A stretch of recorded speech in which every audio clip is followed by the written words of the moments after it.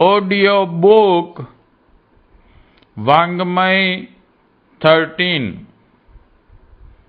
गायत्री की पंचकोशी साधना एवं उपलब्धियां, चैप्टर 8, पार्ट 3, 27 यानी कि 27 समाधियों में सर्वोत्तम सहज समाधि।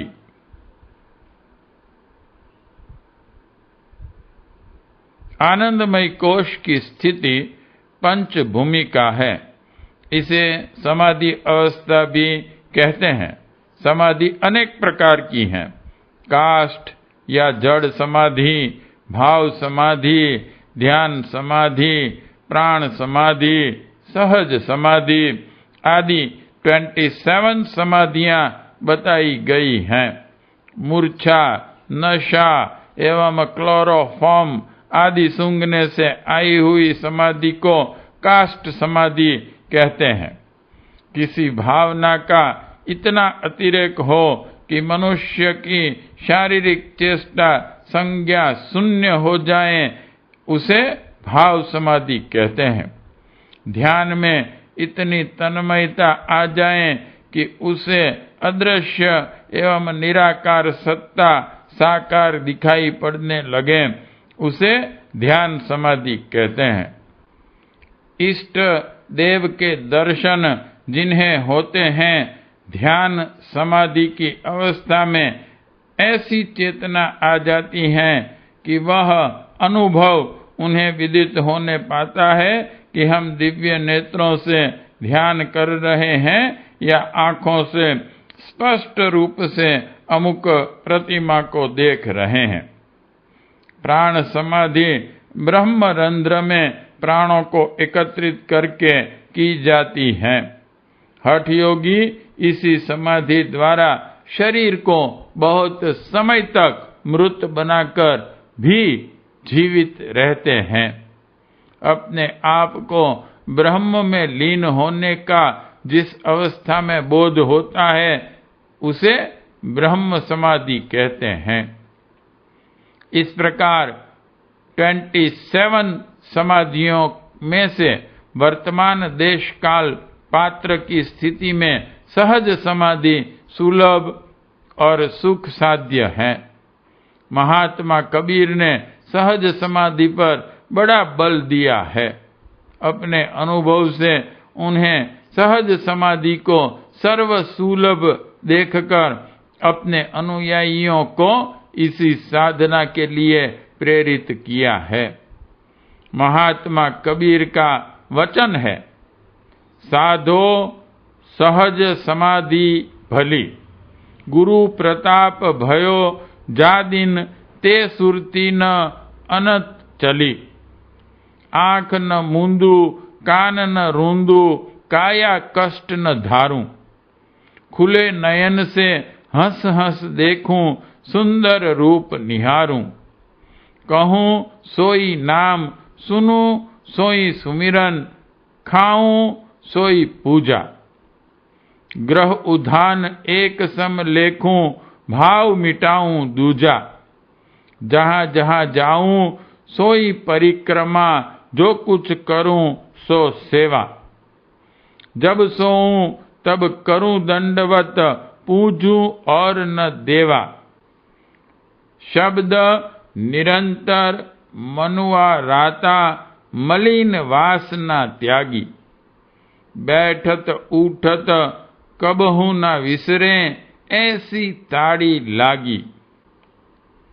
कहे कबीर वह अनमनी रहती, सोई प्रकट कर गाई। दुख सुख के एक परे पर, सुख ते ही सुख रहा समाई। उपरोक्त पद में सद्गुरु कबीर ने सहज की समाधि की स्थिति का स्पष्टीकरण किया है। यह समाधि सहज है, सर्वसुलभ है, सर्वसाधारण की साधना शक्ति के भीतर है, इसलिए उसे सहज समाधि का नाम दिया गया है।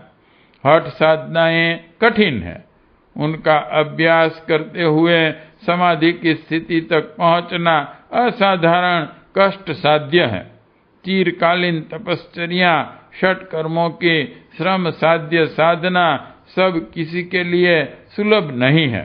अनुभवी गुरु के सन्मुख रहकर विशेष सावधानी के साथ वे क्रियाएं साधनी हैं। फिर यदि उनकी साधना खंडित हो जाती है तो संकट भी सामने आ सकते हैं।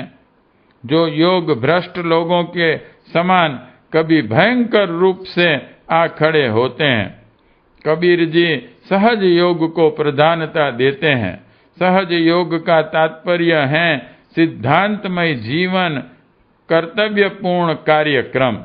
क्योंकि इंद्रिय भोगों, पाश्विक वृत्तियों एवं काम, क्रोध, लोभ, मोह की तुच्छ इच्छाओं से प्रेरित होकर आमतौर से लोग अपना कार्यक्रम निर्धारित करते हैं और इसी कारण भांति भांति के कष्टों का अनुभव करते हैं। सहज समाधि असंख्य प्रकार की योग साधनाओं में से एक है। इसकी विशेषता यह है कि साधारण रीति के सांसारिक कार्य करते हुए भी साधना क्रम चलता है। इसी बात को ही यों कहना चाहिए कि ऐसा व्यक्ति जीवन के सामान्य सांसारिक कार्य, कर्तव्य, यज्ञ, कर्म ईश्वरीय आज्ञा पालन की दृष्टि से करता है। भोजन करने में उसकी भावना रहती है कि प्रभु की एक पवित्र धरोहर शरीर को यथावत रखने के लिए भोजन किया जा रहा है। खाद्य पदार्थों का चुनाव करते समय शरीर की व्यवस्था उसका ध्येय रहती है। स्वादों के चटोरेपन के बारे में वह सोचता तक नहीं। कुटुंब का पालन पोषण करते समय वह परमात्मा की एक सुरम्य वाटिका के माली की भांति सिंचन संवर्धन का ध्यान रखता है। ईश्वर प्रद आवश्यकताओं की पूर्ति का एक पुनीत साधना मात्र समझता है। अमीर बनने के लिए जैसे भी बने वैसे धन संग्रह करने की तृष्णा उसे नहीं होती है। बातचीत करना, फिरना, खाना, पीना, सोना, जागना, जीविकोपार्जन, प्रेम, द्वेष आदि सभी कार्यों को करने से पूर्व परमार्थ को, कर्तव्य को प्रधानता देते हुए करने से वे समस्त साधारण कामकाज भी यज्ञ रूप हो जाते हैं। जब हर काम के मूल में कर्तव्य भावना की प्रधानता रहेगी तो उन कार्यों में पुण्य प्रमुख रहेगा। सद्बुद्धि से, सद्भाव से किए हुए कार्यों द्वारा अपने आप को और दूसरों को सुख शांति ही प्राप्त होती है। ऐसे सत्कार्य मुक्तिप्रद होते हैं, बंधन नहीं करते। सात्विकता, सद्भावना और लोक सेवा की पवित्र आकांक्षा के साथ जीवन संचालन करने पर कुछ दिन में वह नीति एवं कार्य प्रणाली पूर्णतया अभ्यस्त हो जाती है और जो चीज अभ्यास में आती है वह प्रिय लगने लगती है, उसमें रस आने लगता है। बुरे स्वाद की, खर्चीली, प्रत्यज्ञ हानिकारक, दुष्पाच्य, नशीली चीजें, मदिरा, अफीम, तंबाकू आदि जब कुछ दिन में के बाद प्रिय लगने लगती हैं और उन्हें बहुत कष्ट उठाते हुए भी छोड़ने नहीं बनता, जब तामसी तत्व कालांतर के अभ्यास से इतने प्राण प्रिय हो जाते हैं तो कोई कारण नहीं कि सात्विक तत्व उससे अधिक प्रिय न हो सके। सात्विक सिद्धांत को जीवन आधार बना लेने से उन्हीं के अनुरूप सार विचार और कार्य करने से आत्मा को सत तत्व में रमण करने का अभ्यास पड़ जाता है। वह अभ्यास जैसे जैसे परिपक्व होता है, वैसे वैसे वह योग का रसास्वादन होने लगता है, उसमें आनंद आने लगता है। जब अधिक दृढ़ता, श्रद्धा, विश्वास, उत्साह एवं साहस के साथ सत्परायणता में सिद्धांत संचालित जीवन में संलग्न रहता है, तो वह उसकी स्थायी वृत्ति बन जाती है। उसे उसी में तन्मयता रहती है, एक दिव्य आवेश सा छाया रहता है। उसकी मस्ती, प्रसन्नता, संतुष्टि असाधारण होती है। इस स्थिति को सहज योग की समाधि या सहज समाधि कहा जाता है।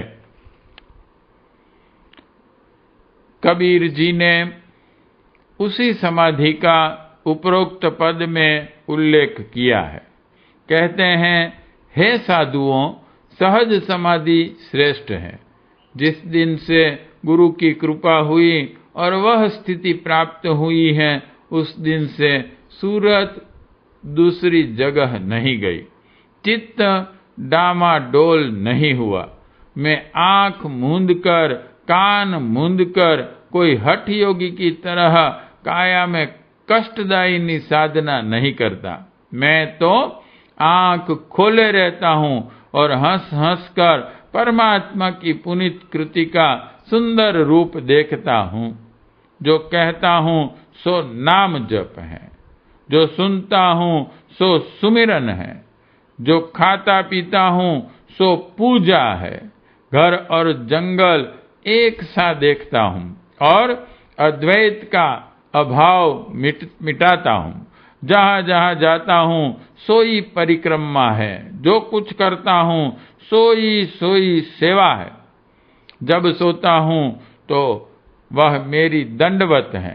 मैं एक को छोड़कर अन्य देव को नहीं पूजता। मन की मलिन वासना छोड़कर निरंतर शब्द में अंतःकरण की ईश्वरीय वाणी सुनने में रत रहता हूँ। ऐसी ताली लगी है, निष्ठा जमी है कि उठते बैठते वह कभी नहीं बिसरती। कबीर कहते हैं कि मेरी यह उन्मनी हर्ष शोक से रहित स्थिति है, जिसे प्रकट करके गाया है। दुख सुख से परे जो एक परम सुख है, मैं उसी में समाया रहता हूँ। यह सहज समाधि उन्हें प्राप्त होती है जो शब्द में रत रहते हैं।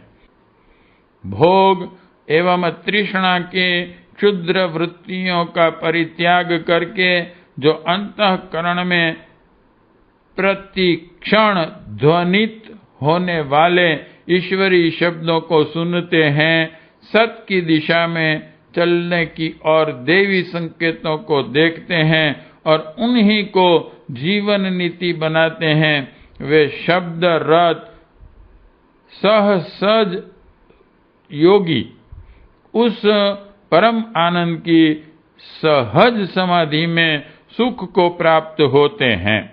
क्योंकि उनका उद्देश्य ऊंचा रहता है, देवी प्रेरणा पर निर्भर रहता है, इसलिए उनके समस्त कार्यों पूर्ण रूप बन जाते हैं।